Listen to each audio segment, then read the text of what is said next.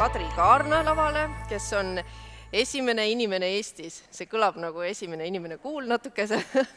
Ja ka esimene inimene Eestis, kes blogis pakendivabast elustiilist. Hetkel korraldada Cleantechis Forestis säästva tehnoloogia startup programme ja tule räägi ise sellest kõigest täpsemalt.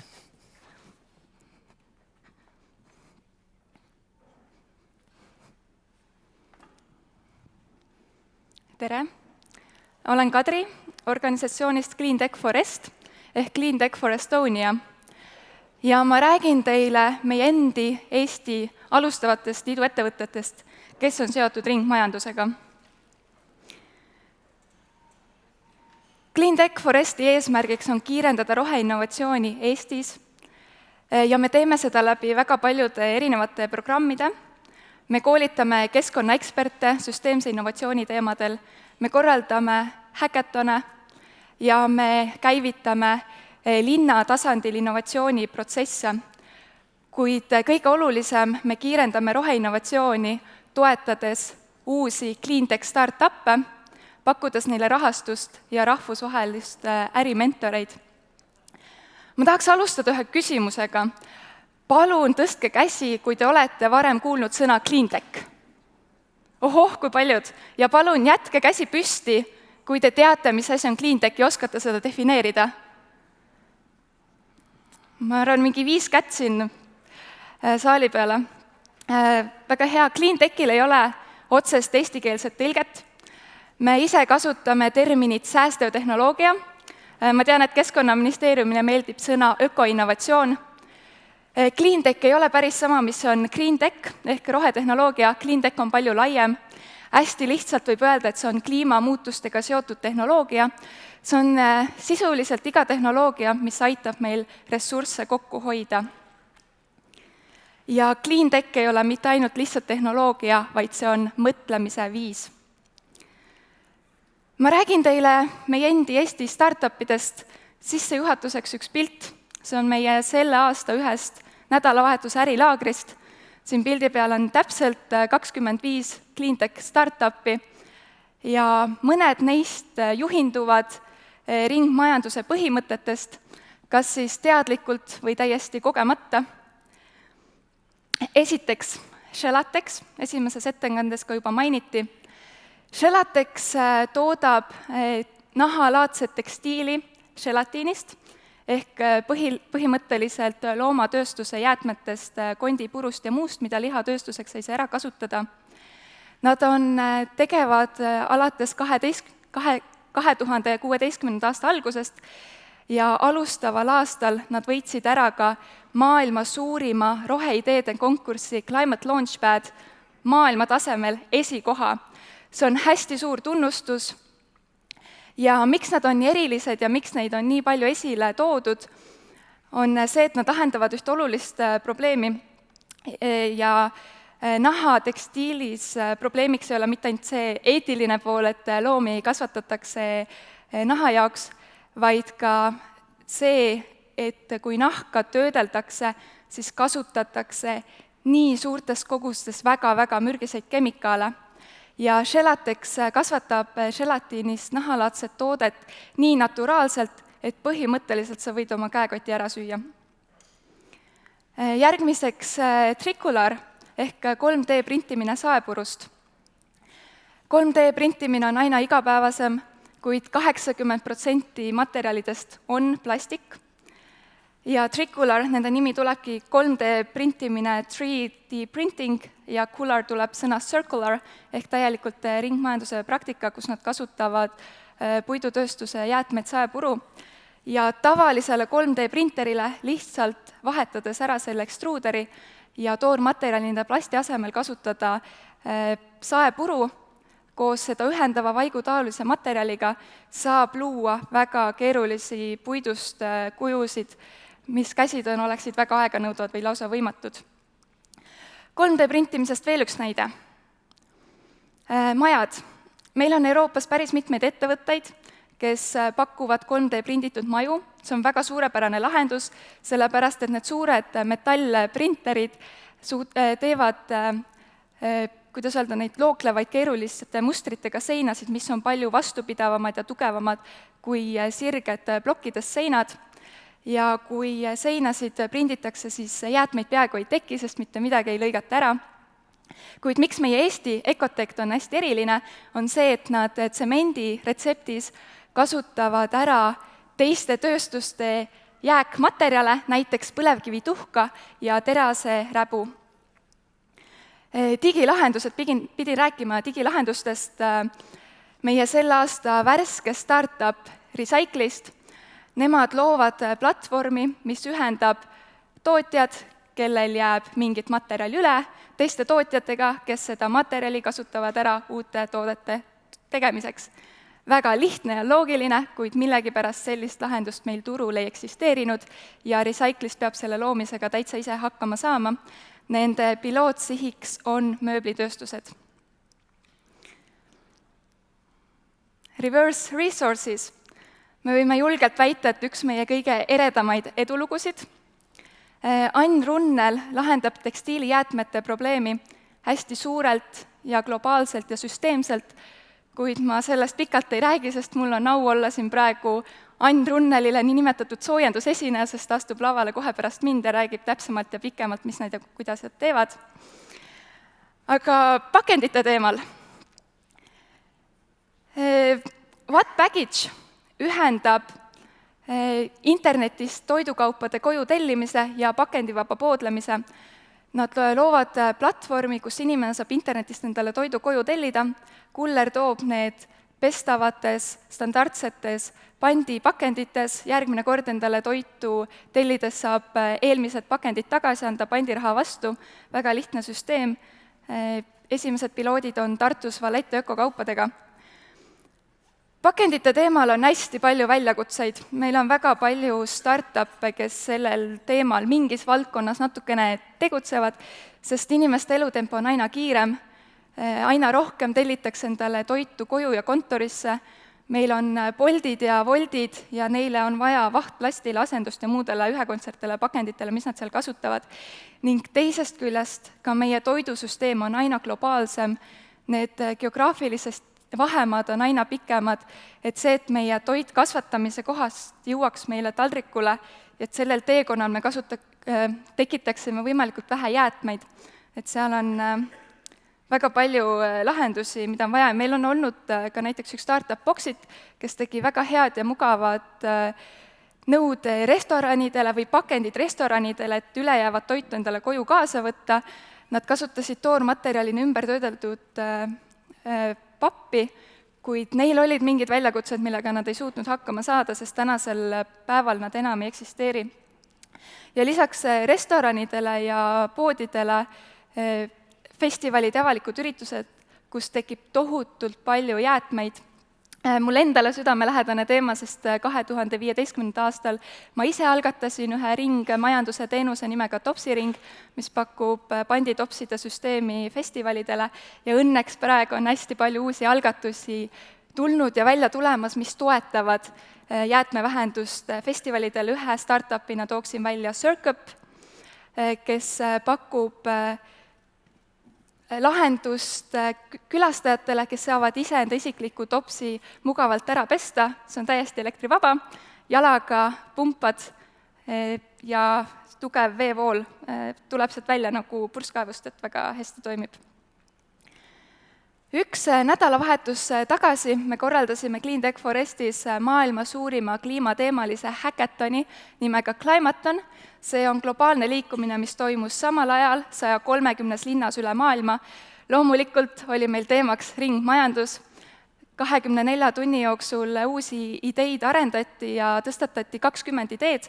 Ma praegu jõuan neist välja tuua ainult ühe esikoha, kes lahendab e-kaubanduse ülepakendamise probleemi, just seda täitepakendit, ja lahenduseks on lambavill. Meil Eestis kasvatatakse lambaid põhiliselt liha eesmärgil ja kui lambaid pügatakse, siis 90% lambavillast lihtsalt põletatakse. See on täiesti raisatud ressurss, kuid lambavillal on väga head omadused ja kui neist teha tihedad väikesed kuubikud, siis nad sobivad väga hästi transpordil suurte pakkide täitmiseks, et seal olev toode hästi pehmelt ja turvaliselt jõuaks oma sihtkohta. Ja sellel lambavillal on ka väga head erinevad omadused, näiteks termoomadused, hüdroomadused, ja neid kuubikuid samamoodi teevad erivajadustega inimesed, ehk siis on samuti ka sotsiaalne ettevõte. See idee on tegelikult umbes 10 päeva vana või nad olid paar päeva enne Hackathoni selle ideele tulnud, et väga jõudsalt vaatame, kuhu nad arenevad, aga neil on väidetavalt juba Omnivaga piloodid tulemas. Ringmajandusele on hästi palju erinevaid definitsioone ja üks neist väidab, et rõhk on mittebioloogiliste materjalide ringlusel, kuid ma siinkohal just oma järgmise startup näited tahan vastupidiselt tuua bioloogiliste materjalide ringlusest, sest see on küll absurdne, aga meie tänapäeva majandusmudelis, linnapildis, isegi me toidujäätmeid suudame tihti lineaarselt kasutada, nii et need satuvad suletud süsteemi ja mitte tagasi meie looduslikku aineringlusesse. Meil on aastate jooksul läbi käinud väga mitmeid startup'e, kes ühel või teisel viisil püüavad ühekordset plasti vähendada. Üleval paremal on koeratoidukausid, selle all supikausid. Väidetavalt ainuüksi Saaremaal on meil umbes 10 ettevõtet, kes pilliroost kõrsi toodavad. Kõige tuntum neist pilliroo kõrs ehk rahvusvahelise brändi nimega Suckers. Järgmine teema, 2 aasta jooksul oleme Tallinna linnas Tallinna biojäätmete väljakutse projektiga tegelenud, et täita Tallinna linna jäätmeturul olevat auku, ehk eramajadel ja väikestel kortermajadel ei ole kohustust riigi poolt endale eraldi biojäätmete konteiner tellida.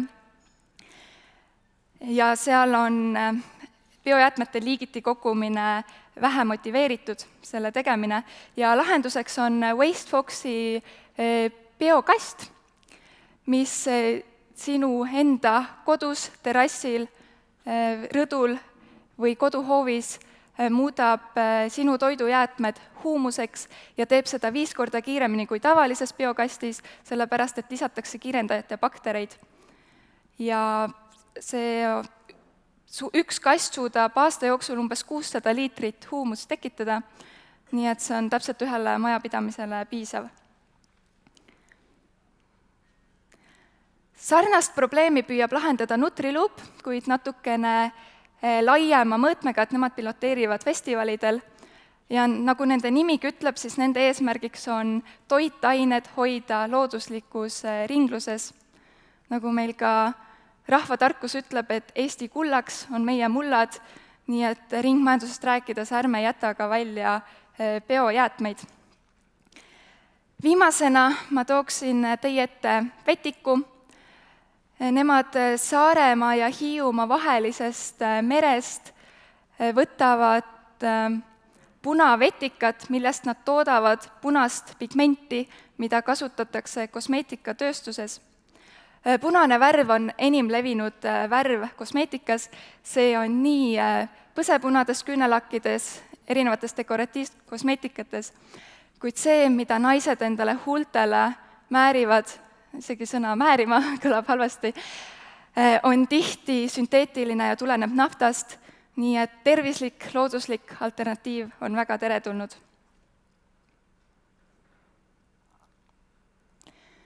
Clean Tech Forestiga oleme me partnerorganisatsiooniks Euroopa Climate KIK-ile ehk siis kliima teadusinnovatsiooni kogukonnale ja nende uues strateegias on ringmajandusel väga oluline koht ja nende uuest strateegiast olen ma välja võtnud ühe tsitaadi, sest see väga hästi võtab kokku need startup näited, mis ma teieni tõin, meie programmide näited.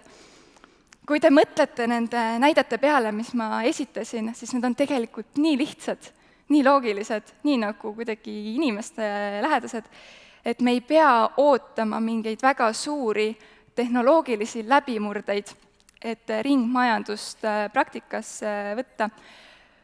Kuid mis on võib-olla meile siin väljakutse, on see, et mis täna ka peaaegu kõikide esinejate suust kõlas, et me peame hakkama omavahel koostööd tegema ja see on nii oluline ja nii tänuväärne, et Keskkonnaministeerium koos Keskkonnaagentuuriga täna seda konverentsi siin korraldab, mis on siia saali kokku toonud nii palju erinevate sektorite, erinevate valdkondade esindajad. Ja mul on mõned inglisekeelsed slaidid, sest ma olen need otse võtnud ka Climate KIK-i strateegiast, et see on veel kord rõhutada, et ringmajanduse mudelitel üle minna, me ei saa kedagi välja jätta, me peame kaasama teadlasi, kogukondi, indiviide, ettevõtteid, riigiasutusi, kõiki. Ja see transformatsioon ringmajandusele ei ole lineaarne, see on kompleksne, see on süsteemne innovatsioon. Me peame ühiselt mõtisklema, arutama, piloteerima, katsetama, tulevad väljakutsed, tagasilöögid, vahepeal tundub, et see ei toimi, me oleme alguses tagasi ja mineme uuele ringile, et see nagu spiraalis see süsteemne innovatsioon on pidev areng. Ma ei hakka siin täpsemalt rääkima, mida me Clean Tech for Eestis teeme, sest meil neid programme ja võimalusi on hästi palju, aga kui teil on huvi, mis Clean Tech innovatsiooni Eestis toimub, siis meil on ajakiri Jälg, mis on paberkujul saadaval kõikides ajakirjakioskites üle Eesti ja see on ka veebis olemas. Ja meil on Äripäevas raadiosaade Clean Tech, kus me igas osas räägime ka uutest lahendustest selles valdkonnas ja seda saadet juhib teile juba eelmisest paneelist tuttav Mart Valdner. See on minu poolt kõik, aitäh teile!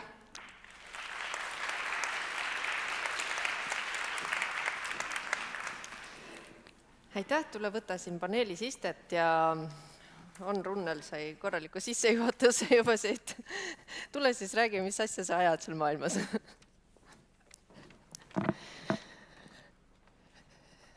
Ei mingit pinget. Aitäh, Kadri. Olen üks Climate Launchpadi programmi toode. Oma startupiga Reverse Resources tegeleme tekstiilijääkide kaardistamisega Aasia rõivatootmistehastes, aga 5 aasta jooksul ma arvan, et me tegelikult IT-lahenduse ja tarkvaralahenduse ehitamisega oleme tegelenud võib-olla 10%, 90% oleme tegelenud uurimustöö, süsteemi analüüsi, poliitikakujunduse ja kõige muuga. Sellepärast, et tegemist on nii kompleksse teemaga, kus meil on kõigepealt vaja turgu ehitada, enne kui me saame seal turul teenust pakkuda. Ja lisaks Reverse Resources olen ma nüüd ka ühe jalaga avaliku sektori huvides kaasamõtlev, sellepärast et kutsuti osalema Euroopa Liidu Horisoni programmi missiooninõukogusse. Horisoni programmi plaan on järgmiseks perioodiks sõnastada Euroopale missioonid, mille kaudu kutsuda ja koondada inimesi, ettevõtteid, teadusasutusi ühise missiooni nimel paremini koostööd tegema ja innovatsiooni läbi viima. Ja kutsuti siis kokku 5 missiooninõukogu, et neid missioone Euroopale sõnastada. Ehk siis on minu tööd võimalik ka mul ka avaliku sektori vaatenurgast läbi mängida ja ma sellepärast tahakski täna rohkem rääkida võib-olla sellest nagu nendest printsiipidest, mis ma oma töös olen nagu näinud, mis on hästi olulised.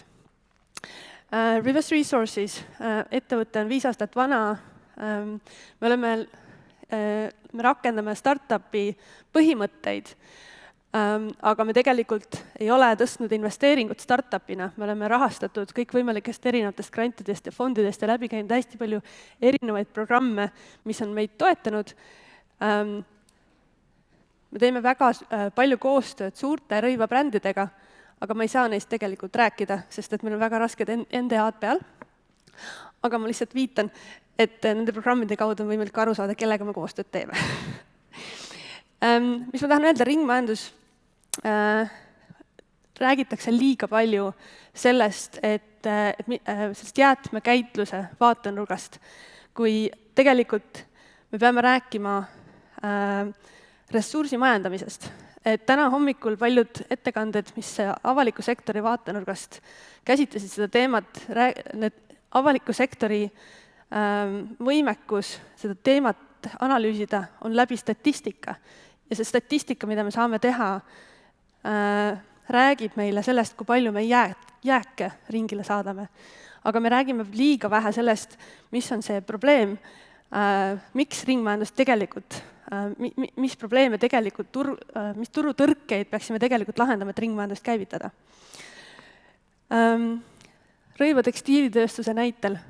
Suured brändid on kirjutanud alla mitmetele suurtele koostööprogrammidele, et jah, me lähme üle ringmajandusele. Aga mis on nende tegelik võimekus või võimalus seda teha? Lähenetakse sellele laias laastus kolmes võtmes. Üks on see, et korjame tagasi tarbijajääki, kasutatud rõivaid ja proovime sellest siis midagi teha, mis on hästi oluline selles vaatenurgas, et kuidas me saame seda taaskasutada, ümber disainida ja kõik need aspektid ringluses, mis pikendavad eluiga. Küll aga püütakse siit kaudu lahendada ära ka ümbertöötlemise probleemi ja jõutakse tihtilugu selle järelduseni, et seda tarbijajääki on väga võimatu tegelikult efektiivselt ja majanduslikult mõttekalt ümber töödelda. Mille peale siis liigutakse edasi PET-pudelite ümbertöötlusesse, aga tegelikult väga palju ümbertöötatud PET-pudelist jõuab just tekstiili, mis suurendab mikroplasti probleemi. Ja ei aita vähendada toorainet, mida kasutatakse. Ja kolmas on siis see, et pannakse väga palju tähelepanu sellele, kuidas siis arendada uusi tehnoloogiaid, mis võimaldaks erinevaid neid segakiudusid lahti harutada näiteks ja kuidas just seda tarbijajääki oleks võimalik ümber töödelda. Aga jääb nagu õhku see küsimus, et aga mida siis peaks tegema, et see ringmajandus ja just see ümbertöötlemise pool saaks käima. Ja võtmeks on siin materjali väärindamine, panna kogu see teema keerata teisipidi, et mitte rääkida sellest, et meil on jääk kui probleem, mida kuidagi kellelegi kaela lükata, vaid kuidas astuda sinna teise paati ja mõelda, et mina olen nüüd see ümbertöötleja, mis on need asjad, mis teha mulle hästi lihtsaks, et ma saaksin seda materjali kõige paremal tasemel väärindada. Tegelikult on neid tehnoloogiaid, kes on suutelised võtma mingisuguse tekstiilijäägi ja väärindama seda samale tasemele, et see on uuesti sama kvaliteetne niit või kangas, et see saaks minna samalasse tarneahelasse, sama kvaliteediga ja tegelikult aidata kaasa selle uue tooraine pealetuleku vähendamisele. Neid tehnoloogiaid on päris palju. Mitmed, mis siin praegu slaidi peal on sellised, kes on kuskil kas labori tasemel või esimese piloottehase tasemel. Nad ei ole jõudnud mastaapideni, aga see on paari aasta jooksul juhtumas. Ehk siis ma tahan öelda, et probleem ei ole tehnoloogia puudumises. Probleem on selles, et nendel ümbertöötlejatel on terve rida probleeme, mis on neil kõigil sarnased ja ühised, aga millega praktiliselt keegi ei tegele, sellepärast et see probleem, millest me räägime, on globaalne ja seal puudub avaliku sektori surve üle nende globaalsete tarneahelate. Näiteks, mis on nende ühine probleem, on see, et kust ma saan kätte puhta materjali piisavalt suures koguses, et selle väärindamine oleks mulle majanduslikult mõttekas. Topitakse mulle kogu aeg seda tarbijajääki, mille kvaliteet on kehv ja ei ole stabiilne. Aga ma võiksin kasutada tootmisjääki. Samas tekstiilitööstus alahindab süsteemselt tootmisjäägi potentsiaali. Neil on probleem, et neil on kulud kõrged, kui nad ostavad seda tootmisjääki, siis on see illegaalne turg, seal on palju vahendajaid, ma ei tea, kust see materjal tegelikult tuleb ja nii edasi. Ehk siis, et hästi suur probleem on materjalide kättesaadavuses tegelikult. Et see ei ole mitte jäätmeprobleem, vaid see on sekundaarselt tooraine kvaliteetsel tasandil kättesaadavuse küsimus hoopis. Meie RR-iga oleme tõestanud, et tootmisjääki me räägime, et 25% kogu kangast, kiust ja kangast, mis tootmisesse läheb, on ümbertöödeldav uuesti hea kvaliteediga niidiks või kangaks. Tegelikult meil on andmed, et tootmisjääki erinevatest etappidest kokku on peaaegu 50%. Aga me ei julge seda öelda, sellepärast et kõik vaidlevad meile siiamaani vastu ja andmeid ei ole. 25%-ga me oleme jõudnud sellise rahvusvahelise konsensuseni, et okei, sellega me võime leppida. 25% kogu kangast tähendab, et me saaksime toota 6 miljonit tonni, 18 triljonit riideeset vist oli see, millesse see vabandust, mul on numbrid sassis. Ühesõnaga, päris palju miljoneid riideesemeid saab sellest toota, kui seda uuesti väärindada. Mis see probleem on? Miks see tootmisjääk praegu ei jõua sellisesse väärindamise tasemesse? On see, et tehase ukse taga toimub selline asi. Jääk lükatakse kõik segamini ja siit ei saa pärast kätte enam uuesti sorteerides seda kvaliteetset materjali, mis sul tegelikult tootmise liini kõrval on puhas materjal. Et see segatakse segamini. See on sama, nagu meie kodus ajame oma prügi segamini ja keegi peab pärast sorteerima. Aga kui see tootmisjääk lükatakse segamini, siis pärast 100% polüestril materjali näiteks ei saa tuvastada manuaalselt. Samas tehasel on endal teada, mis jääk tal mis koostises tekkis. Ja mis on hästi oluline selleks, et see väärindamine saaks toimuda. Tehasel ei ole mitte mingit motivatsiooni hetkel sellega kuidagi teisiti käituda, sellepärast, et neil on selles jääkmaterjalis võrreldes nende põhiäriga on nii vähe raha nende jaoks. Ja nad ei näe mingit turgu seal ja miks ma peaks sellega tegelema, see on aja raiskamine. Rõivatööstus on hästi huvitav minu jaoks sellepärast, et hüperkonkurentsi tingimustes mitte kunagi ei ole rõivatööstus pidanud või saanud teha koostööd.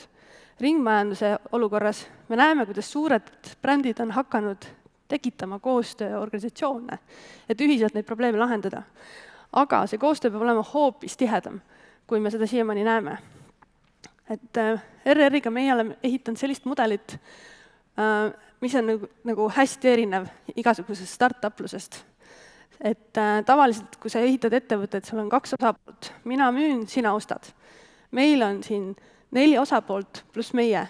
Ja me oleme tõestanud, et see mudel ei lähe tööle, kui me võtame ükskõik kelle siit pildist praegu välja. Ja see need rollid, millega me siin tegeleme, on see, et me rõivatootjale õpetame, anname juhendid ja vahendid, kuidas eriti lihtsalt oma tootmises, mastaapides, oma tootmisjääki sorteerida niimoodi, et see ümbertöötlejale tegelikult ka väärtust loob ja niimoodi, et tootja enda kulud ei läheks sellega ülesse. Siis me võtame ümbertöötleja, vaatame, mis on tema täpne spetsifikatsioon, mida on tal täpselt vaja on. Ja me teeme matchingut, et millistele ümbertöötlejal on vaja teha koostööd milliste tehastega. Ja siis me toome pilti siis vahendaja, kes korjab erinevatelt tehastelt kokku väikeste portsude kaupa suurema mahu, valmistab selle ümbertöötlejale ette täpselt nii, nagu neil vaja on, pakub logistikat, mis on inglise keel storage, ladustamist ja kõiki neid muid vaheetappe, millega ümbertöötleja ei taha tegeleda. Ja lõpuks on meil bränd, kes on selle ringis nagu mõlema ahela erinevas otstes tegelikult see põhiline turukujundaja, kes saab oma tootjatele öelda, et sa pead oma jääke sorteerima hakkama ja kes saab nõuda ümbertöötlejalt, palun ütle mulle, kust su jääk tuli, selleks, et mõlemal tekiks vajadus oma andmeid genereerida, mis muutub teistel osapooltele hädavajalikuks. ehk siis see on see, kus meie tuleme mängu, et kõikidel osapooltel, selleks, et see ahel kokku panna, et see oleks efektiivne, on vaja üksteise omavahel vahetada infot, mida nad normaalse turu tingimustes ei ole valmis vahendama, sest et seal on väga palju ärisaladust sees. Ja lõpuks me oleme näidanud, et läbi sellise info vahendamise ja natukene oma käitumise muutumise on kõikidel osapooltel siit ka win-win ärimudel. Rõivatootja hakkab teenima 10 korda paremat tasu oma jääkide eest, vahendaja saab osaleda turuga kasvamises, ümbertöötlejal on tugev kulude kokkuhoid, kuna ta ei pea kõike saadavat jääki laboris testima, ja bränd saab läbipaistvuse nähtavuse automaatselt oma tarneahelast kaasa, ilma et ta peaks investeerima sellesse, et ma tõestan, kust mingi jääk või mingi materjal liikus. Aga lisaks sellele, et me ahelad kokku paneme, on meie jaoks ka oluline see, et me alati igal sammul jälgime, et see materjal jõuaks paremale väärindamise tasemele, kui ta muidu oleks jõudnud. Sest muidu ei teki seda rahalist kasvu ja väärtuse tekkimist. Ehk siis, et see on, RR-i tegelik missioon on jõuda selleni, et iga tekstiilijääk jõuaks parima lahenduseni niimoodi, et mitte ei oleks tagatud teine elutsükkel, vaid ka võib-olla 3. ja 4. Ja me teeme seda lähtudes jäätmehierarhiast, millest on siin ka palju räägitud, aga tekstiili puhul me oleme seda jäätmehierarhiat käsitleme nõksa teistmoodi, kui seda tavaliselt tehakse. Me räägime toote taaskasutamisest, kanga taaskasutamisest, toote osade taaskasutamisest, mehaanilisest ümbertöötlemisest, keemilisest ümbertöötlemisest ja downcycling on siis see, kus topitakse kuskile mingisse täitematerjali, kus ta tõenäoliselt segumaterjalina ei jõua võib-olla uuesti ümbertöötlusesse. Nagu te näete, siin puudub täielikult põletamine ja prügilasse ladestamine, sest neid me ei pea üldse ringmajanduse lahendusteks. Ja mis see on võib-olla natuke segane joonis, aga mis ma tahtsin sellega siin öelda, on see, et see roheline või see must joon näitab 1 kilo kohta, tonni kohta turuväärtust, mis on siis selle ahela alguses hästi kõrge ja läheb järjest allapoole. Aga mahud on seal tagapool jälle hästi kõrged. Et see majanduslik efekt tekib sellest, et mida rohkem seda mahtu hakata nüüd siia ettepoole lihutama, siis tekib siin selline eksponentsiaalne kasv selles materjali väärtuses. Et siit me tuleme selleni, et Ellen MacArthur on öeldud, Foundation on öelnud, et Euroopas on ringmajanduse väärtus suurusjärk 1,8 triljonit eurot. Aga mis on minu mure? On see, et see jutt on kõik ilus, aga kui me seda ei mõõda, kui meil ei ole reaalset võimalust infot liigutada ja osapoolte vahel andmeid teha sellisel kujul kättesaadavaks, et see aitaks sellele ringmajandusele kaasa, siis iga osapool nendes ahelates tegutseb üksinda ja peab kõik need probleemid üksinda ära lahendama. Ja kui siin eelmises paneelis oli küsimus, et mis peaks riik tegema või mis avalik sektor võiks teha, siis ma lõpetaks siin selle mõttega, et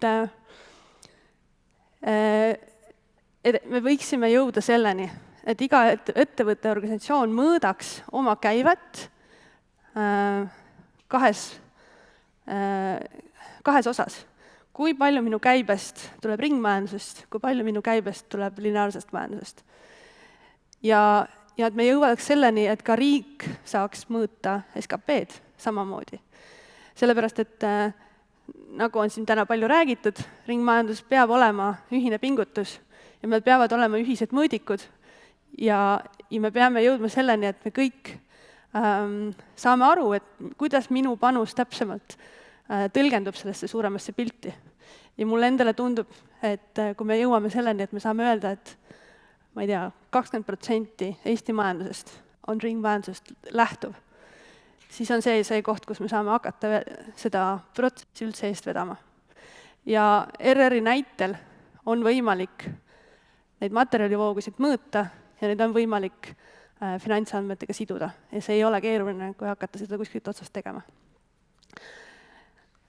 Mina arvan, et ringmajandus ongi just võimalik ainult siis, kui me hakkame infot teisiti liigutama. Sest tehnoloogiad, kuidas materjale kasutada, taaskasutada, need on kõik juba olemas. Aitäh!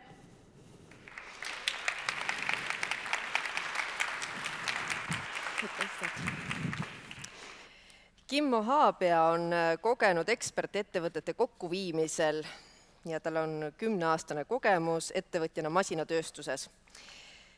Ta räägibki tööstussümbioosist teile. Okay, hello everybody. I'm Kimmo Haapea from Mikkeli Development Miksei, or Miksei Mikkeli, from the city of Mikkeli, Finland. And I'm really glad to be here tonight. There have been brilliant, inspiring speeches and keynotes and very good discussion. Unfortunately, there are so many people still left here.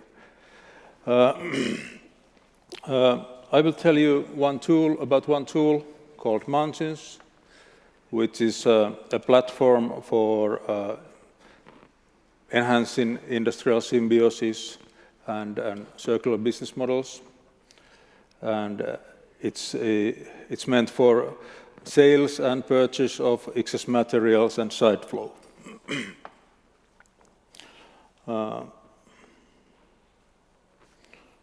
Yes, this works this way.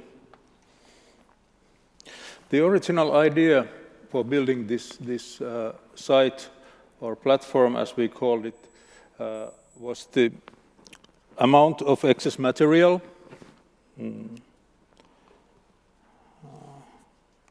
Yes, the amount of excess materials in manufacturing companies in our area, and they began to think what could be done for that. We had a few workshops.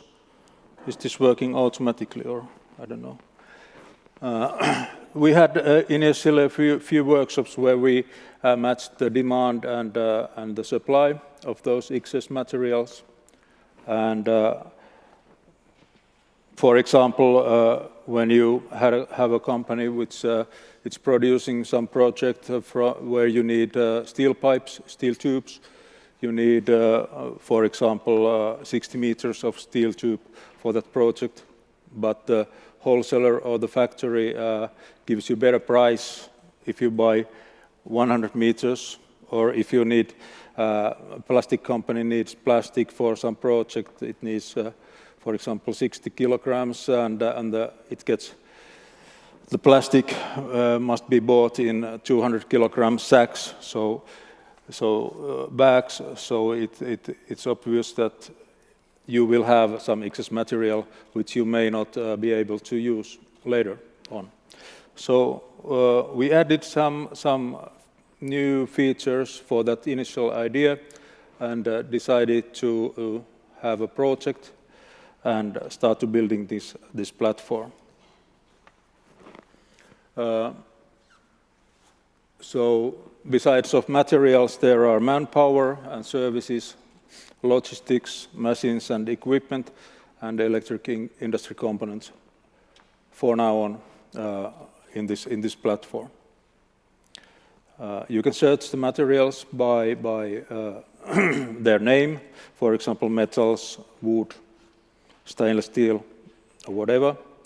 You can choose from the category list in the middle, or you can choose by the location, or all of those. And in the middle, there is a changing blue boxes. Whenever new materials or new machines or anything comes to the platform, we can change them to highlight the new products brought into the platform. Something about the development of this platform. It was developed quite rapidly last year. We had funding from regional Regional Development Fund from EU, and we work together with the local University of Applied Sciences called XAMK, and we had a competition where we hired a IT company or startup to do the dirty work for us. And we are still in the testing mode in this platform, although there are over 80 items to be sold, and about 20 items have been sold in the platform. And the test, we have the funding till 2021, so we still have time to develop it further. There is also another platform for this kind of purpose in Mikkeli. It came later than this Mansions. It's Motivas Materialitori, which is owned by the Ministry of Environment of Finland. And we have agreed some integration through API technology to the Motivas platform, and I think they will be done this following winter. And next one, there's a new thing coming out. We are going to build a marketplace for construction and demolition waste, and we are going to do it in a different system than this Mansions. About Miksei Mikkeli, I have about 30 colleagues in our company. Most of us are working in EU projects, which are concentrating on circular economy, bioenergy, industrial modernization. Service and travel sector are also quite big in our company. And in many projects, we work together with this local University of Applied Sciences. So some features of this platform, it's business to business or business to consumer. So you have to be a business to start selling in this platform. You need to have this business registrate number, which the system checks if you have it. And it's very easy to use. You don't have any intermediaries. There has been a British platform since about 2005, I think, existing in Finland and in many other countries. I don't know if that has been in Estonia, but it had some restrictions. It was it was not so flexible and not so easy to use, and it had intermediaries. There are extensible categories of database available, so we can, if new categories come, people want to sell new categories, we can add them ad hoc. There are no fees currently when you're selling in this platform, so it's free for everybody to use. When you buy from the platform, it's possible to buy with a credit card, or you can ask an invoice from the seller. And the units of materials are for now on their weight, volume and length, and if new categories exist, we will expand those units. And as told, you can search by name, category, and location. And it is based on API technology, so it can be integrated to other systems, for example, ERPs and for some companies or logistics companies, but we have not done that yet. So before you start using the platform, you have to register it, and as you see, it's not really finished. There are some things to do in this English version, at least. But you can read the ads without registration, but in order to sell or buy, you have to register it. And yeah. Okay, so when you are starting to make an ad, and you have registered it, then you must sign into the system. It's very easy, and it remembers your username and password once you have done it, so it's very, very quick. You don't have to remember the password you have done. After this signing in, the system asks you if you want to use credit card payment when you are selling your product. Then you are supposed to go to the next page where you must add some bank information and details. Usually, in those ads that are now there, the people have decided to skip this Stripe account, so they are moving straight to the sales ad. So this is the part of the sales ad form, and first it asks you to give your location. You start to write Tallinn. When you have written Tall, for example, the program must guess that it's Tallinn, and it's easy to give location or the city where you are operating. Then you give the category, and you maybe put stainless steel, so you have to start to write, and when you have written stain, it guesses that it's maybe stainless steel, and you can choose that. Then, of course, the type of business, are you buying or selling? You can choose that here, and if you have given remember the last page, the Stripe connection, if you have allowed credit card payment, you can confirm it here, but this one has not given the credit card information, banking information, so this item must be bought by contacting the seller.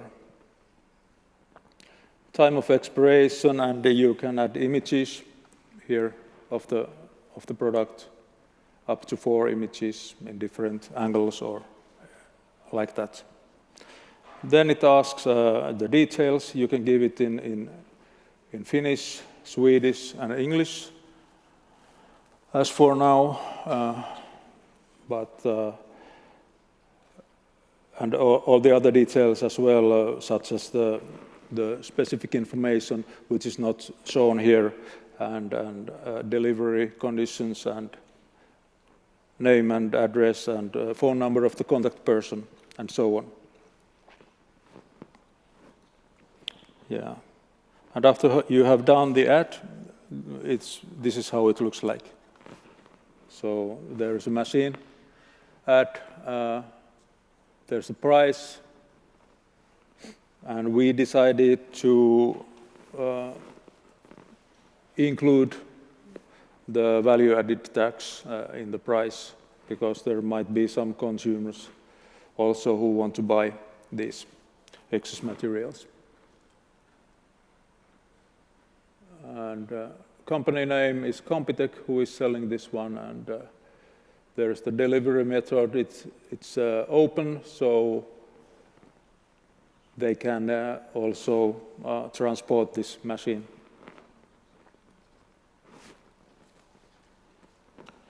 Another example of plastic, consumption plastic, which is quite pricey. The delivery is null in the bottom, you see, so this is only for the pickup. You have to pick it up from the factory. And there are many sorts of items which are on sale here. There are plates of aluminum and steel and stainless steel, and tubes from steel and aluminum and stainless steel, and plastics granulates, and machines, different kind of machines and motors, electric motors, and fixings and whatever. And of course, in order to make these things work, it started quite slowly, so we had to make hard work discussing with people and keeping workshops and so creating the operation model for this circular economy or recycling, and have the companies to think about their business models. Are they still relevant today if they are formed in 1970s or 1980s or 90s? And in manufacturing industry, at least in the SMEs, it's usually quite a new thing, and they don't know how to approach this circular economy thing.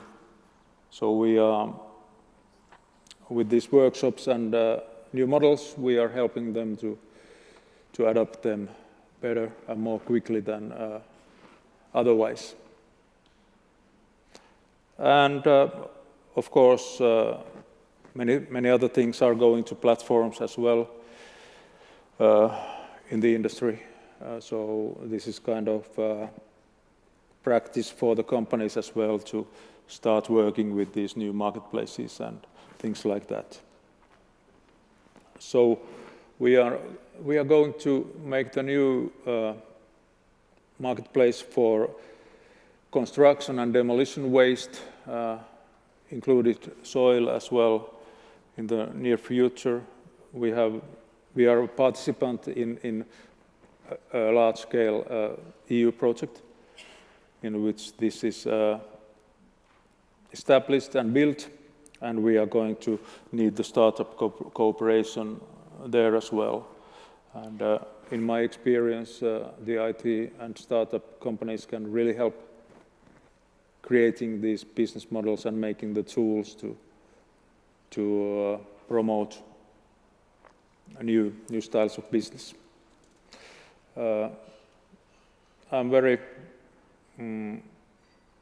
will very gladly talk with you later about this and the coming marketplace. And thank you for your attention.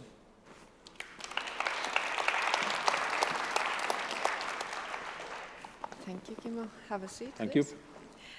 NAMVO tegeleb toidujäätmete vähendamise tarkvara müügiga kauplustele, munitsipaalasutustele, toidupankadele, restoranidele ja hotellidele.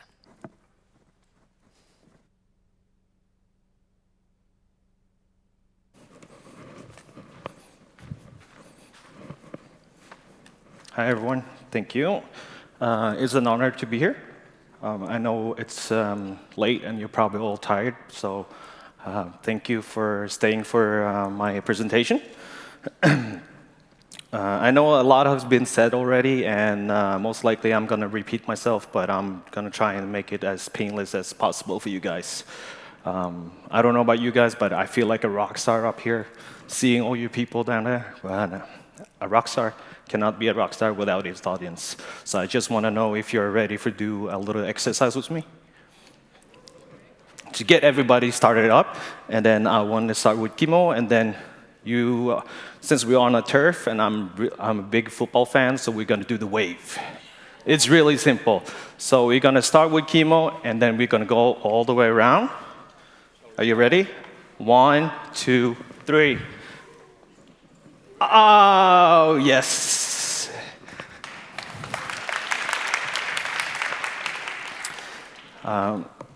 Like was presented, my name is Nam, and I am the product manager of Total Control. We are a software company helping the entire value chain to reduce food waste. And we spend every day working towards how we can stop losing money and prevent food waste in that sense. I'm going to start with telling everybody that I recently got a son, and he's now 5 months old. And there's a quote that have been more relevant than ever, and that is that we do not inherit the earth, we just borrowing it from our children. And that's a quote that's really close to my heart right now. Today, this is the agenda for today, and we're going to go through all these topics. And yeah, so let's get started. Now, this is a fact. We are all connected in some way. And then I'm going to show you this by saying this. This is our current value chain.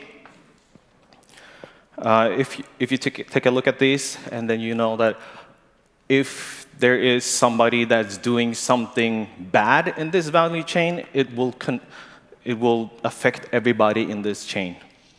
But there's another thing, a good thing, that is everybody doing good in this chain, it will also affect the rest of the people. So that is how we are all connected. And let's talk about food waste. Do you guys know that 1/3 of all the food that is produced in the world is being wasted? That's 1/3. So we're wasting time, we're wasting money, and we're wasting food. So to put that all in perspective, I had a few numbers for you guys. 1/3 equals 890 billion euros. That's a lot of money. And you're probably thinking, yeah, we're Estonia, we're not that big, we're not throwing away that much. But let me refer back to you that we're all connected. So if we do something good here, then we can do good. It will affect everybody. So out of the 92,000 tons that is being thrown away in Estonia, 70,000 comes from the Estonian household. So most likely the major groups are cooked food that are no longer edible. That's the main reason for throwing away. And this can be for various reasons. It could have gone bad, it can be outside for too long, or there's too much food on the plate and people just throw it away. The second reason for this is there's too much food produced. I don't know how you get that, but if you need help, I'll gladly help you guys with eating that food up. Then the two other factors are the expiration date and too long in the fridge. This is a problem we see all over the world, and even though a lot of people say that they know when to throw food away and they know about the expiration date, a lot of people can't distinguish between expired, sell-by, or purchase.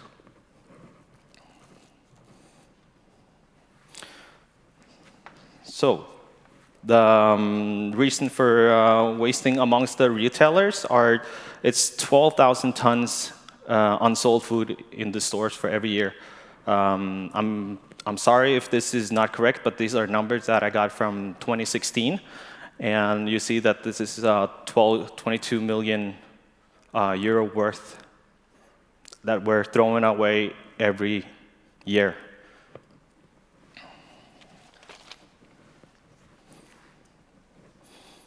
And this is something that probably all of you are familiar with.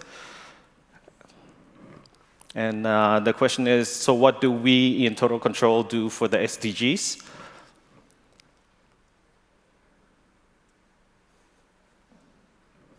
This is what we do. We do number 12, and we prevent food waste. So if you eliminate the food waste, you can contribute to poverty, zero hunger, and this goes on and on and on. Like I said, we're all connected in some way.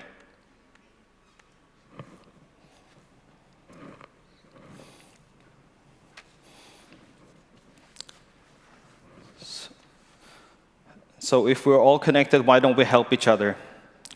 We can, we will, and we will eliminate food waste throughout the whole value chain. So then you ask yourself, what can I do? What can you do as a consumer?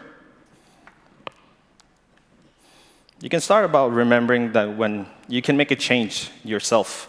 For every bite you eat, for every drink you take, how can I help? One advice for you guys is to start small, start with yourself, but think big, that whatever you do can affect the rest of the world. If we don't start with ourselves, it's really tough to change other people. So this is nothing that will change overnight, but we have to start somewhere. All you know that Rome wasn't built in a day. We will not solve this problem within a day. So what if you're a retailer? What can you do? Yeah, I guess most of you know of this Toyota, and that's the food banks.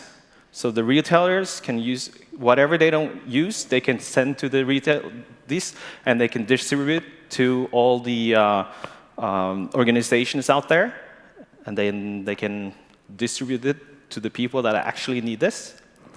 And then in Finland, you have something called Rescue Club, and another one is also called Too Good To Go, and these are companies that sell food for a discounted price right before they're closing. This can be restaurants, this can be grocery stores, this can be hotels. So right before they close their breakfast or dinner or closing time in general, they'll put out a certain amount that they are not able to sell out for a discounted price, and it's a win-win situation.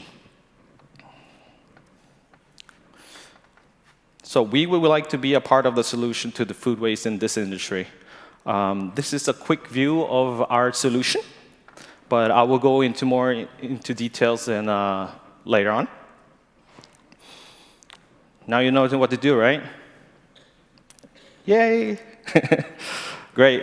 Let's move on to the next topic, sustainable value chain. How can we make sure that we get a sustainable value chain?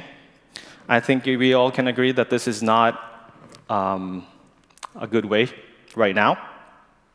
This is too linear. A lot of countries in the world, the grocery store is the one with the power. When you go into this grocery store, what they have is what you buy. They will buy in whatever they want you to buy. So they have a lot of power, and then what if I told you that we can create a more sustainable value chain by using this technology to help this? I'll give you an example. So, have you seen this before? Like discounted meat or discounted whatever in the stores. They're lying in a certain area where you can go and pick up. Globally, 40% of all the food waste come from a consumer business, such as grocery stores. 10% of their yearly revenue is lost due to food waste.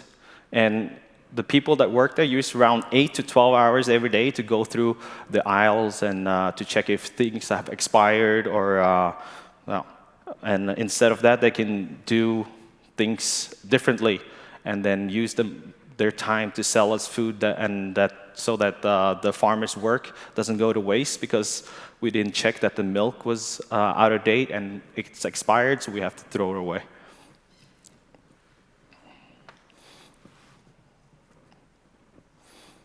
So our CEO and our co-founder has first-hand experience dealing with food waste when they worked in the grocery stores.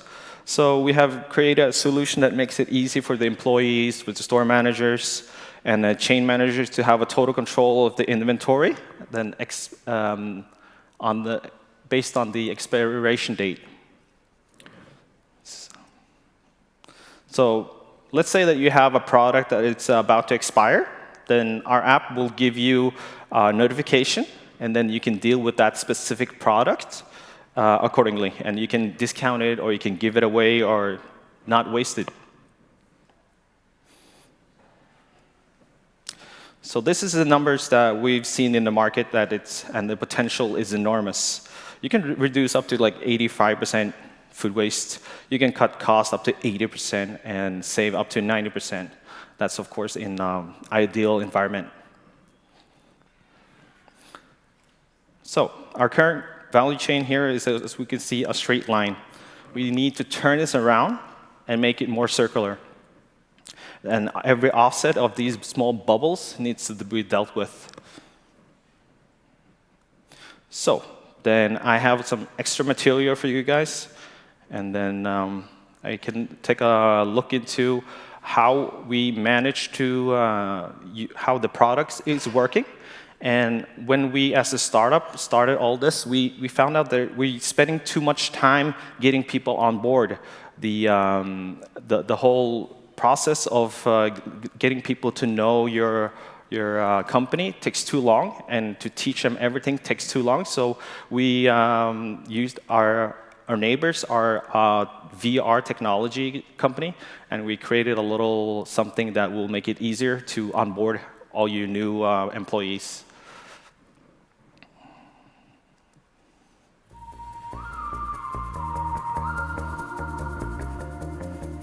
Hey guys, and welcome to Total Control tutorial in VR. How awesome isn't that? Today we're going to look at our management system. We're going to look at how we can make food banks more efficient from going to pen and paper over to the digital world.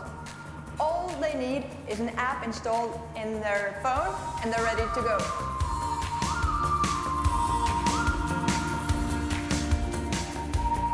This is a pallet that has been delivered by a supplier, and all you have to do is open the app and then just press the scan button to register what comes in from the supplier. Scan it, enter the expiration date and the amount, and press save. Once you've done that, you have total control over the inventory, and it's as simple as that. Once the supplier gets here and you have to register in the food, all you have to do is open the app, press the barcode symbol, scan the barcode, and add the information about expiration date and amount. Press Saved to store it in the inventory. If you receive an item that doesn't have an expiration date, you can add it manually. Press Add, Add manually, fill in all the information that you need, and then press Add to storage. If you want to change anything in the app, it's easy to do it by pressing the pencil symbol and editing whatever you like. Make sure you press Saved to update the information. Now all the food is registered and you have total control over the food bank's inventory. The next step now is to get the charities here. But it's easy. The charities have their own app which shows the food bank's inventory. It makes it so simple for them to add stuff to their wish list before coming to the food bank. When they arrive, all you have to do is check that the amount that they collect and that the amount that they have on their wish list is in sync. Once that's done, you just press complete and the entire inventory of the food bank reduces accordingly. It's as simple as that. We made it easy for the food banks and the charities to work more efficiently, making sure that the food gets where it's needed as fast as possible.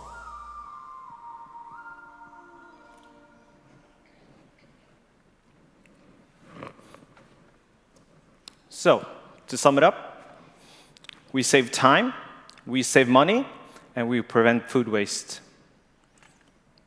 Thank you. I'm Nam from Total Control.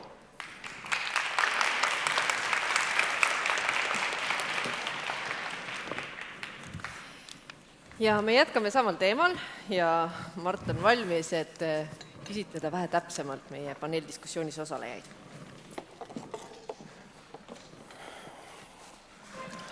Nii tore on jälle siin üleval olla. Ühesõnaga, endiselt jälle seesama küsimus või lause teile. Küsimusi absoluutselt võib küsida. See paneel, nagu ette vist hoiatati ka, toimub inglise keeles. Ehk siis, aga kui on küsimusi, võib absoluutselt küsida eesti keeles. Annan endast parima, et proovida need inglise keeles edasi öelda, et me saaksime siin ees jälle ilma selle tõlketa kuidagi edasi areneda. And hello. Hello. Hello. We will continue in English. But if anybody has questions, they can ask in Estonian and we'll try to translate it. That's fine. Yeah, great.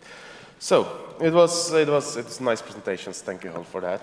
I will start with questions myself again, and I will start with Kadri this time. So you talked a lot about different startups that are coming through your systems, and of course, Ain is the best example of them. Are all of them circular economy startups, or are you trying to lead them to that direction at least?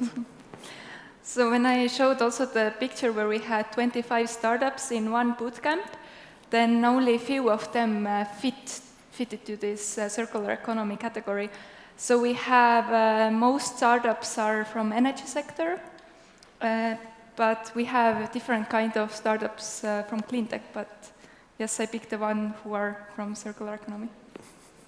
But, okay, but you are trying to lead them to that direction? Of course, I think in every business model that we look, we can do something one step better for the circular economy. And even the startups who are in circular economy, they can improve something, so they have still challenges. Mm-hmm. And you said that one of the main reasons, or one of the main things that have to change is how we change information. Then we will move on. What exactly do you mean by that? Do we need better press releases about what kind of clothes to wear, or what is the information change in that context? Well, looking from the recycler's perspective, again, there is actually no statistics anywhere available on the material flows to a level that we can understand the composition, the quality of it, and so on. When you look at the country-level statistics, then material flows are described in money, not in terms of their characteristics. And in Europe, it's even possible to do some analysis on the data that we have, but when we go further to Asia, then there is nothing.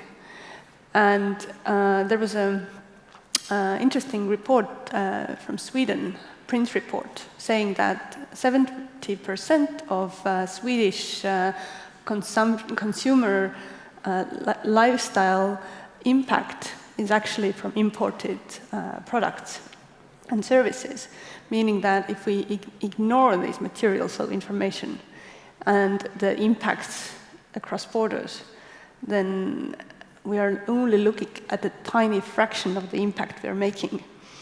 I just find that this kind of material flow statistics that is completely missing has to become part of the economy. Okay, so not just press releases. Yeah.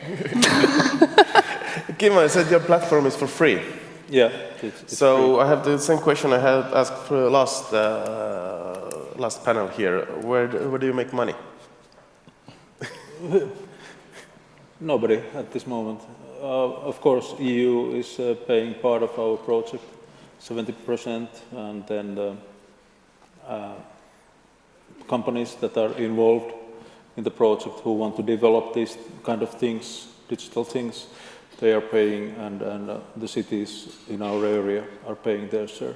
So nobody's making money at the moment, but the business model is under development, and there are some guesses for what to do after 21, when we have time to do this until that, and after that is still a question, but it's under development. Okay, I hope we'll get there by the end of the panel, where the money lies, probably, hopefully. Okay, yeah. I can think about it. But as you self-pointed out, most of the food is wasted at homes, in your own housekeeping. Yeah, this is mostly in Estonia. Yeah. This is the study from Estonia. But at the same time, how do we fix that part? I mean, it's good when more food go from supermarkets to charity or don't go to waste, but if it still is sold by the right time and then is thrown to the garbage, how do we fix that? Yeah. We just, I think we need to be more conservative to be on when we're buying stuff. And usually when I go to the store on an empty stomach, I have a tendency to buy more. You should plan better when checking your fridge before you go out, like what do I actually need, what is there in the stores, and then you go buy accordingly and just buy whatever you need and not the excess. Not because it's in the discount aisle doesn't mean that you have to buy it. So I think that it's really tough because this is all individual, and I think that people need to go within themselves and try to change there, and that's where we need to start. So is it also somewhat connected to what Ann said, that we need more information and people need to be knowledgeable what to do and how to behave and so on? Yeah, and of course we need to, all the experts in this, the area need to go out and actually tell people that even though because it's expired doesn't mean that you can't eat it. It says best buy, and then you can still eat it after that. But of course, we have like the use of your senses, smell, taste before you eat it. And currently, right at home now, I'm doing an experiment on myself. I left a yogurt there for a month, and I'm gonna try and eat it when I get back and see if it's still good. I mean, we do have stuff that one of our co-founders came out with yogurt. I thought it was like she was being really nice to us, but she's like, yeah, this yogurt's been here for 1 year, and you guys are gonna eat it. And we're like, okay.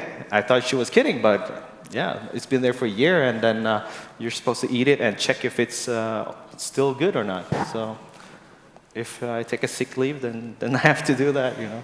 Yeah, I'm just glad you didn't finish the experiment before you coming here. After, then it's so much better for us. Kas kellelgi on mõni küsimus meie panelistidele? Ma vahepeal küsin siit.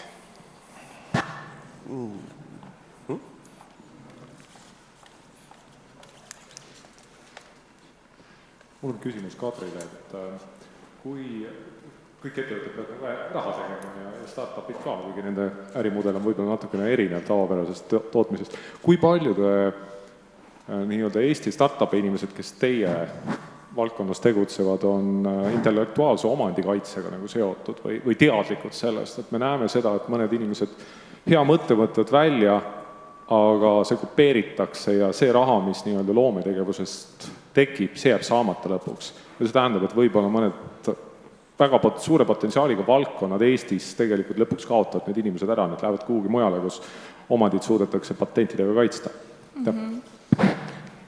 Should I answer in Estonian or English? I think it's official in English.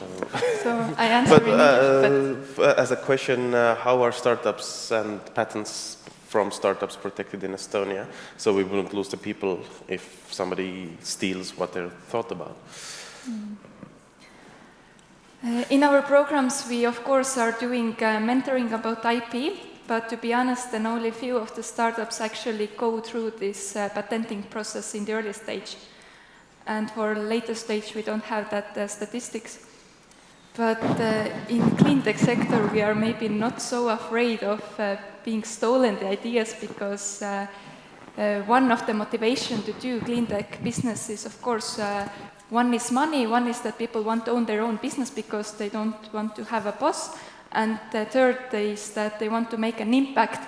And if somebody else is doing the same thing in another place, then we have bigger impact. For example, here was also about the food waste. We have Toidupank, we have others, and when somebody is doing the cleantech business, actually when there are alternatives coming, it's a good thing, and maybe there is collaboration. But no, I think it's a good question at the same time, because if we talk about IT and platforms, then the idea behind IT is the thing that actually sells. Everybody can, write something in the end, or write a code. Not everybody, I can't do that, but many people can write the code, but you have to have an idea what exactly do you want to do with that. And this is important. If you're the first one, then you will get some part of the market. Second one gets most of the part, but still. But actually it's also said that the second one is the strongest, because the first one comes with a very innovative idea, gets all the struggles and piloting and everything, and then the second one already learns from the ideas and builds a bigger business. For example, like we had with Uber and Taxify and this kind of like platforms where many people have done it, and the second comers make it better. So it's not always let's be the first ones. It's not always the best. So how strong is your ID protected? Or is it just difficult enough to work together with 4 different groups so nobody else would try it anyways? Yes, exactly. There is really nothing we can protect. We have gone through that. What protects us is that we really cooperate with the largest corporates, and it's so difficult to open these doors. So we have a really big barrier for others to follow. Okay. Can I shoot in? Yeah, of course. Because I feel like we welcome competitors because we are all startups, and it's really hard to do an impact when you're such a small company. The more, the merrier, especially if we're going through with that same ideology that we're trying to prevent food waste.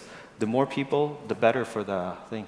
So I think that the more people that coming in, the better is just to respect each other. If somebody's going into the Estonian market, okay, then we'll try another market. It's just like a symbiosis, I think. Yes, I have the same experience as well. Many startups are swearing to the open data and open source computing, and they don't bother competition. Mainly they see it as a possible cooperation partner. Of course, when things get real, non-disclosure agreements are written and so on. But basically, they are very open in our area, at least. Mm-hmm. Okay, but let's move on to the IT now, which is the main part of this this discussion.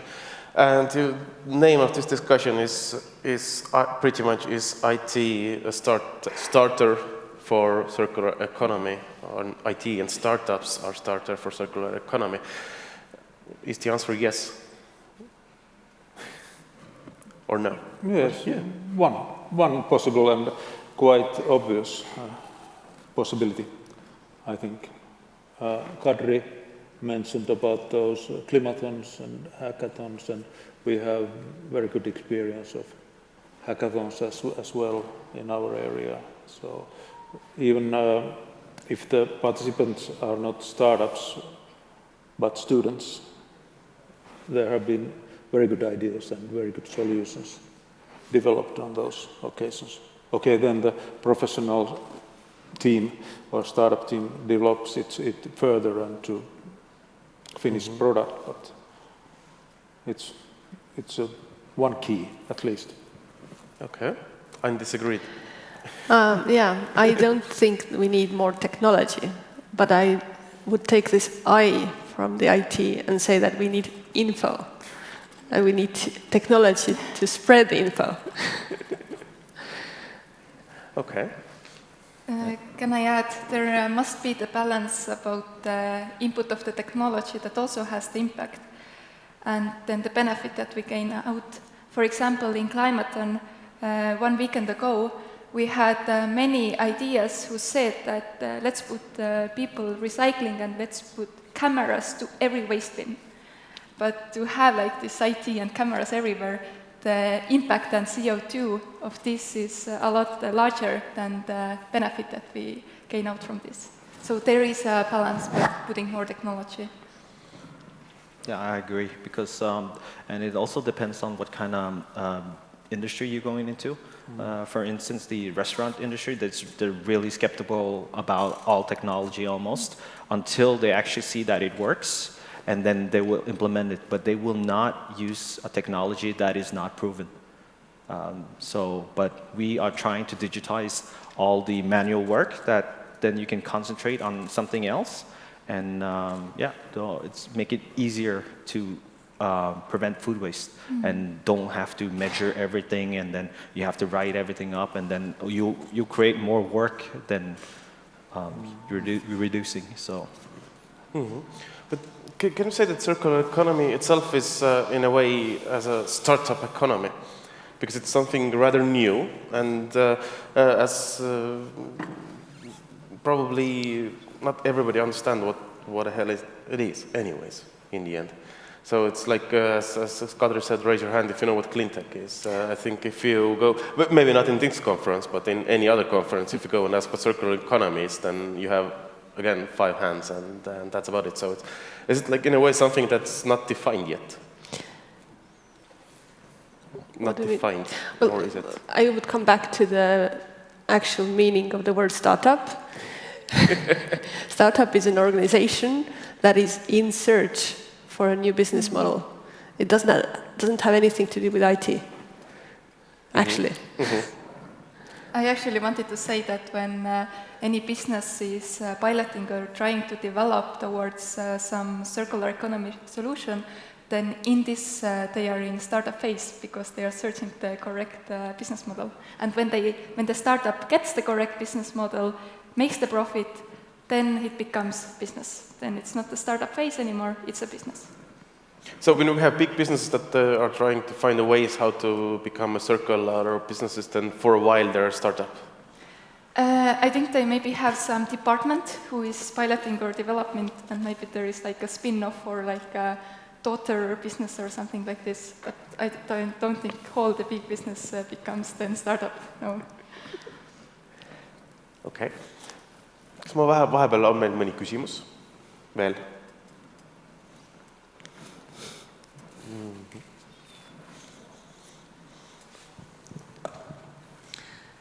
Don Mikin from Brand Manual, and a while ago Anju said that circular economy has to become like the core of the economy.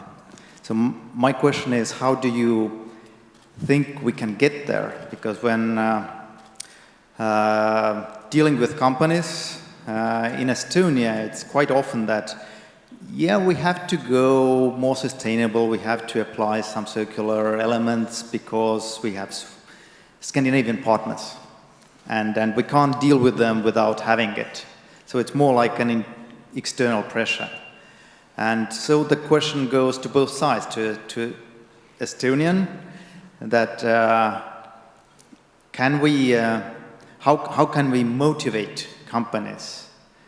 There was some talk about, it has to be a state pull, but can we also do it on the real business level so that it's not just from the above? And the same question goes to our Scandinavian participants as well, that nowadays it feels, at least looking from here, that it's like a hygiene level for companies, that we have to be sustainable, we have to think about the environment. Is it really so, and how did you get there? Was it a state pull, or was it more about companies reevaluating how they do things? Thank you. I started my journey on the circular economy 12 years ago with a question like, what is the incentive? Like, who should start? It's a chicken and an egg problem. With our four-sided marketplace, we have a chicken and an egg, like doubled, like 4 times. Who should start? And the problem that every individual organization has is that the complexity is normally outside the organization. We always feel, like every single person in the organization, we always feel that somebody else needs to do this and that, then I can do this. So it is really in the common interest. And the state represents the common interest, but the state or the public sector don't know what to do. One thing that I'm glad that my role now in this mission board has brought my attention to the work done by Mariana Mazzucato, who's written this book, Entrepreneurial State. And she talks a lot about, over the time, the state has lost its role in developing the markets, leading the markets. And that's where we have kind of run into a corner that we're expecting the state to be in the background and helping the market. But actually, circular economy needs the state and public sector to start leading and driving it, and finding out what are the missing links between the organization to make the whole complex system run in a different way. So that's why I would still look at the state. But the public sector and the scientific sector, we need to start becoming so much more supportive, giving the tools and the guidance and all our knowledge to actually help. And that's why I think that the tool that is missing is that the public sector doesn't have any method to measure and lead the way. Kimo? Yes, I would say that this monsoons I presented, though it works in our area, or starts working slowly but surely, it doesn't necessarily work as itself in other areas. So you need to have a catalyst, someone who gathers the different parties around the table, the meeting room, and start to ask questions. Is there any excess material you are developing, or do you have excess stock, or asking right questions? Then they are filling notes. We have this method in Finland. I think it's in use elsewhere as well, where you have green notes and you have yellow notes, and in green notes you describe what you have to offer, and in yellow notes you describe what you would need from the other companies, and mix the information and talk a lot and make workshops. But I think it needs some kind of public catalyst or something like that to start working well, or very good startups who open the eyes of the traditional companies. Okay, but tell me, is it true that if a company wants to do any business in Scandinavia, you need to be circular, or you need to have like, we are a sustainable company? You need to have it in your bio in the first page. That's a tough question. I'm not really sure. It's just, of course, the drive of everything needs, on one hand, you need to have the drive. You need to want to make a difference. And I think that this is a collective thing. Everybody has to do their part. If some part doesn't do their stuff, then, of course, it will fall apart. But then again, it has to also be an incentive for some reason, either that be money or it could be something else. I would like to take out the example of France, for instance. This is regarding food waste. This is not an incentive, but it's more like it's pushed upon them. So France has now a food waste law. They will fine everybody, every store that throws away edible food that has not expired. Something like this is going to be in Norway as well. I don't know how it's going to be, how it's going to be formed, but we just know that it's going to come. It's probably not as strict as France, but still, I think that somebody needs to push them in that direction. And of course, I think that France is being a little bit too strict, but yeah, it's a collective thing. Okay. Ain? I couldn't care less if a company says that they are green, because it's greenwashing anyway. I want to see that they are proactive and passionate to dig to the bottom of it. Okay. Yeah, I don't think that in order to do business in Finland, at least, or in Sweden, about Norway, I don't know, but you need to be specifically green or circular yet. But I think it's going to grow when the demands are coming. There's been in Finland about 3 years so-called trustworthy partner demand when you want to do business with public organizations as well, at least. So I think the same kind of thing may come to circularity. Okay. And you're going to Brussels tomorrow, right? To be part of EU Mission Council Horizon Program, Mission Council Climate Change what exactly are you going to do there? And is there something we can tell you from here, from this stage or from this hall, that you need to take with you? You should focus on that thing, on that problem. Yeah, I would love to hear the thoughts from everybody. Well, the task we are given is to just represent us, not the public sector, but bring our expertise. And referring again to Marianne Mazzucato, she brought this parallel how in 60s US said that let's put the man on the moon, and how this mission statement activated innovation in many different levels and brought people and organizations, got them aligned towards one target. The same thing has to happen in climate change and social transformation, which is one of the 5 topics. In addition, there is smart cities, oceans, soil, and cancer. These 5 topics where they are looking for these mission statements. It hasn't been talked about much yet because the mission boards were just invited together in October first time. And, but yeah, this is kind of like our task is to come up with a mission statement for climate change and social transformation, which is kind of a huge challenge because it has to incentivize and motivate people and also involve action outside the current scientific organizations that normally would get the EU funding. So they're trying to kind of restructure the system so that we can actually, in 10 years' time, say that we really have made a difference. We really have created a change. So I'm very much interested to get your thoughts, if you have any ideas, what should be the topics and where to kind of start moving with this challenge.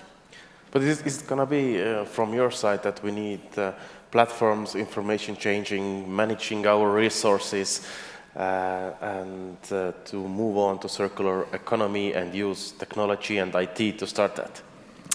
I really believe in feedback loops. Like every single person have to understand, like if I'm making this decision, how does that reflect to the bigger picture?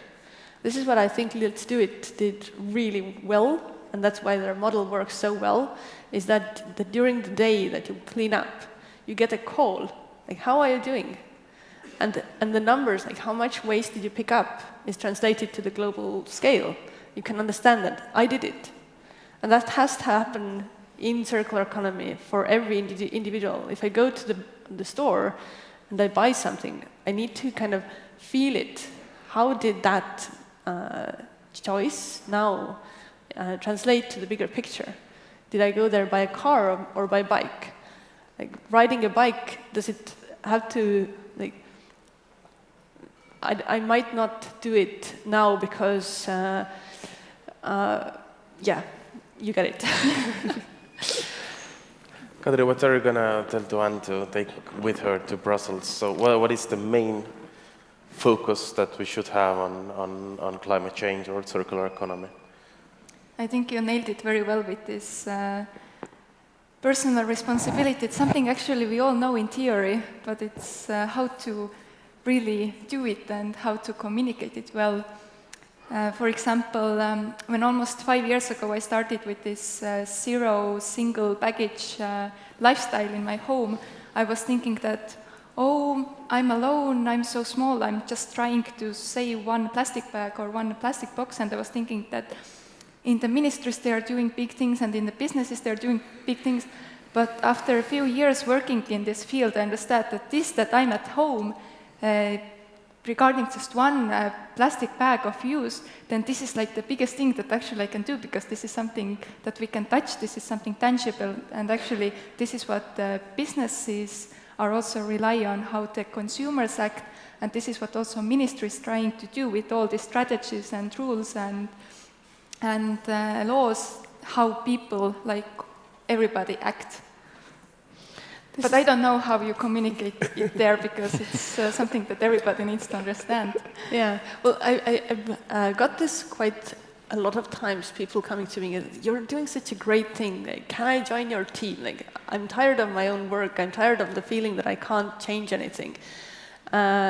Maybe I should change my job. But the point is that circular economy has to go everywhere.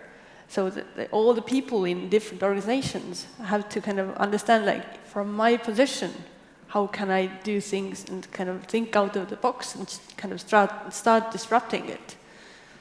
And then, like, that's the key.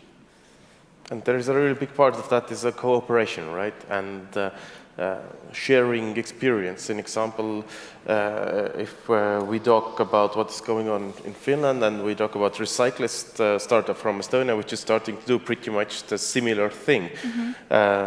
Are you willing to share the contacts of Kimmo to them, you know, to ask what is the first thing that went wrong and how to not do that in Estonia? How so to start from we are showing in like on the stage how the collaboration works. Yes, yes. So we make it together. Pleasure is mine. Okay, we have time for one more question. Yeah. Or ours. Yeah. Hello, I'm Kadri from Let's Do It Foundation. Anne already mentioned the greenwash topic, and it was also mentioned before. Of course, with this new thing, circular economy, nobody's not really sure how it's going to be. There's a lot of opportunities for greenwashing. Maybe each panelist can say, how do you see, how can we fight this greenwashing or manage these threats by greenwashing? Thank you. No. I can start. Okay. Because it's quite difficult topic, because sometimes when a big business is doing something a little bit better, but it's not doing the whole thing, then it's called like the greenwashing. For example, there was like a air flight company who was just reducing the single-use plastics on the planes. And then it was said that, oh, you're doing this, but come on, like flying is so damaging that you are doing greenwashing. Or for Bolt also, that Bolt is now offsetting their rights, and then it said that, oh, but you're doing in Africa and it's cheaper there and you're not doing it wholly. So when people are, of course, greenwashing is maybe something else, but even if the big companies are doing like small steps and then they talk about it quite a lot, then it's still better than not doing anything. So I don't want to say that greenwashing is good, but let's not point the fingers that everybody's greenwashing, because it might be more complex than we think. Completely agreed. Completely agreed. But still, when we get then the illusion that so much is already done, and oh, they are solving it. It doesn't reach the point that, oh, we actually have all to change things. I come back to the point we have to prove the material flows and show that we're actually doing it. Yeah. Okay. Yes, I don't know any other solution but more information. And when you find something is going wrong, you must tell it, and you must get some document maker or something like that there. I don't know, even I don't know how usual greenwashing is in Finland. I'm not expert in that, but and then we shouldn't be too suspicious of those things. So first of all, we should think that, yeah, that's recycling, good thing, and not in the first place, that must be greenwashing. That must be something bad. Of course, it is happening, and I know in Far East and in textile industry, for example, lots of that thing. But and in big brands, it's done. But in SME business, where I'm working almost solely, I don't see it, and I don't suspect it. Okay. Then I think you're one of the nicest guy then, because the word greenwashing is probably made out of the people that are critical to the whole green paradigm shift that we're having right now. And they're like, oh, they're just doing that just because of the money. But then you have to prove the critics wrong, that whatever you do actually has an impact, like Anne said. And we actually had a little conversation about this also, about should we applaud the bigger companies for the little thing they do, or should we be more critical to them? And then, like, you could actually do more because you have so much resources. But I think we came to agreement that we should applaud them for what they're doing, because then somebody else, another company sees this, and they probably like, you know what, they're doing this, and they're actually making an impact. Let's do something ourselves, and then we can also get this into this thing. And, you know, all in all, they want to make money, all of them. But if they're doing something good by making them money, then by all means. Yeah, I kind of think, again, the state has to step up and not let greenwashing go through, and be the governor to say that, well, yes, they are doing this and that, but the bigger picture is like the progress made is actually there. So we're kind of letting the greenwashing happen right now. But I think the point of the question was really good. At the moment, as we are unsure or in a process of new economical, let's say, cycle, or on the way to circular economy, it is easier to use it for not so good causes. But it can be changed by conferences like this and giving information and being on stage here and so on. Thank you for that, and thank you for coming here. Aitäh teile! Ma annan Marile nüüd üle jälle.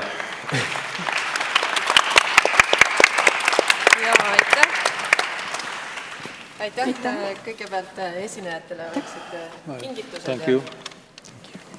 Ja thank you all.